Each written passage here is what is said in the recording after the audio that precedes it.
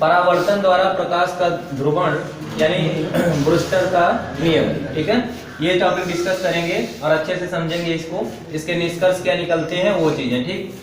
तो पहली बात तो हम थोड़ा बहुत ये जान रहे हैं ध्रुवण क्या है। ध्रुवण का मतलब क्या है कि जब आपका जैसे कभी भी टूर माइलिन क्रिस्टल से प्राकृतिक प्रकाश को गुजारा जाता है तो जो वैद्युत वेक्टर होते हैं वो तरंग संचरण की दिशा के लंबवत सभी संभव दिशाओं में पहले गति कर रहे होते हैं, तो उसको अध्रुवित प्रकाश कहते हैं, ठीक है।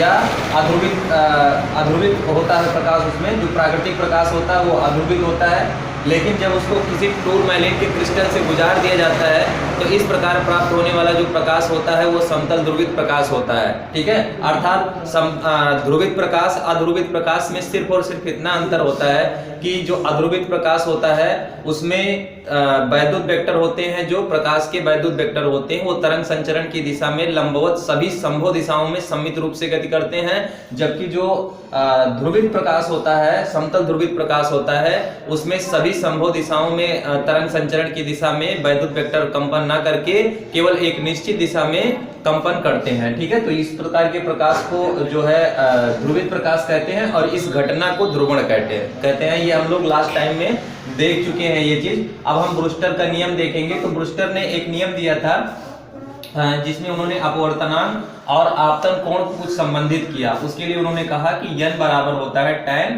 IP, ठीक है। IP यहाँ पे क्या है, ध्रुवण कोण है, ये आपका जो है ध्रुवण कोण है। तो कहने का मतलब ये है, इन्होंने सिर्फ इतना बताया कि जैसे 1811 में इन्होंने ब्रूस्टर ने, ये जो साइंटिस्ट थे, इन्होंने कहा कि जो प्रकाश की किरणें होती हैं, जैसे मान लो हमारे पास कोई वायु माध्यम है और कांच माध्यम है, दो अलग अलग माध्यम है और इनमें प्रकाश जो है वायु से कांच में एंट्री कर रहा है।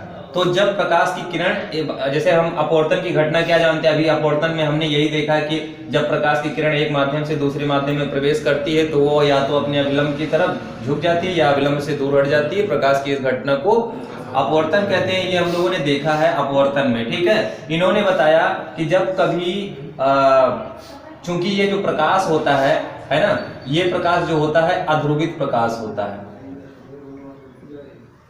अध्रुवित प्रकाश होता है। यहां पे जो हमको प्रकाश प्राप्त हो रहा है ये ध्रुवित प्रकाश प्राप्त हो रहा है, समझ रहे हो ना। ये भी हमको ध्रुवित प्रकाश ही प्राप्त हो रहा है, लेकिन इसमें जो कंपन के तल हैं वो दो दिशाओं में आपको प्राप्त हो रहे हैं। मतलब कहने का, एक तो कागज के तल के, मतलब ये जो बोर्ड है अपना, बोर्ड के तल के समांतर कंपन हो रहा है इसमें, और दूसरा जो हमको प्राप्त हो रहा है बोर्ड के तल के लंबवत परपेंडिकुलर, अर्थात बाहर की ओर ऐसे इस तरह से कंपन, ऐसे कंपन हो रहे हैं। मतलब दो वैद्युत वेक्टर के जो कंपन है वो दो दिशाओं में हमको प्राप्त हो रहे हैं, ठीक है।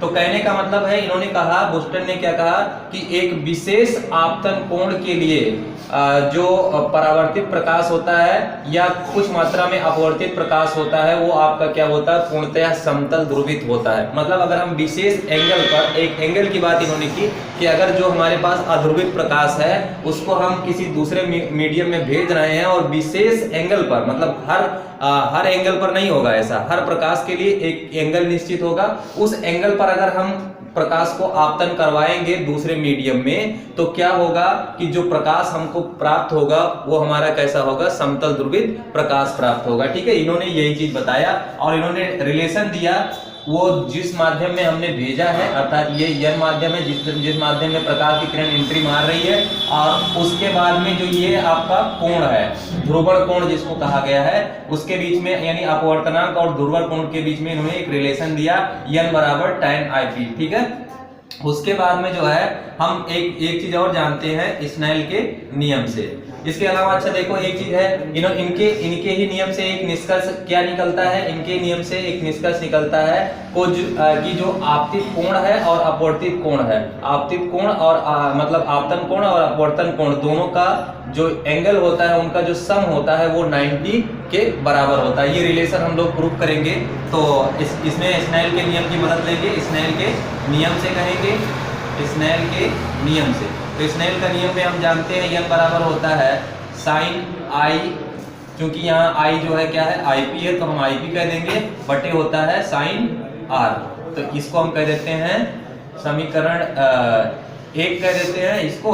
और यहाँ से एक रिलेशन हम निकाल लेते हैं, n बराबर हमको मिल जाएगा, इसको बदल देते हैं साइन आईपी बटा कास आईपी में, तो ये हमको समीकरण 2 मिल जाएगा। देखो दोनों पक्षों का क्या है, लेफ्ट हैंड साइड बराबर है, अगर लेफ्ट हैंड साइड बराबर है तो राइट हैंड साइड आल्सो बराबर होगा, तो हम बराबर कर देते हैं। यहाँ से हमको मिल जाएगा साइन आईपी बटा sine R equal to sine IP बटा कास आईपी। ठीक है, यहाँ से साइन आईपी कैंसिल हो जाएगा, मुझे मिल जाएगा sine R equal to cos IP, और इसको हम लिख सकते हैं साइन आर बराबर हो जाएगा साइन 90 माइनस आईपी, है ना, ऐसे लिख सकते हैं।